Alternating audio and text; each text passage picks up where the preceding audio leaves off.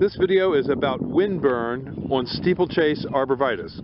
How you doing, folks? Right here we have a steeplechase arborvitae, 4 to 5 feet tall. In our area we have a prevailing westerly wind. You can see on these arborvitaes that this past winter with the real cold temperatures and the extreme winds at the same time that we got a lot of winter burn. You can see on the back side here, the downwind side, there's just a little bit left surviving. I feel right now that maybe steeplechase isn't as hardy as we think it is. I think we're going to have some problems with this in the coming years. Again, we may not have a winter like we had this past winter for another 20 years, but at some point I think they're more susceptible to winter damage than green giant. Take a step over here, 2 rows. You can see a field of green giants behind me, same size, same planting, same age.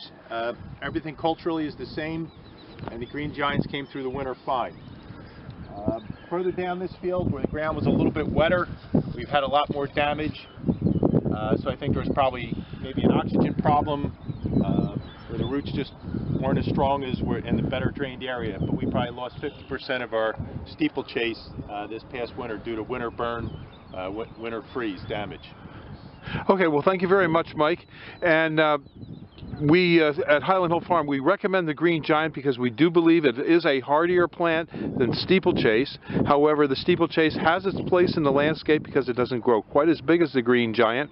And if you don't want something 30-40 feet, you know, the green giant is not the plant for you. It would probably be the steeplechase, but you may have winter burn damage on them at some point in its life cycle, especially if you're in your Pennsylvania or New York or New Jersey. Right. I think an exposure is also, if you're in a little bit more of a secluded area in a neighborhood where you have protection from the wind, be fine. Your steeplechase would probably be better. Here we're in the wide open area here, so we get the wind all the time. So I think that makes them a little more susceptible to the winter burn.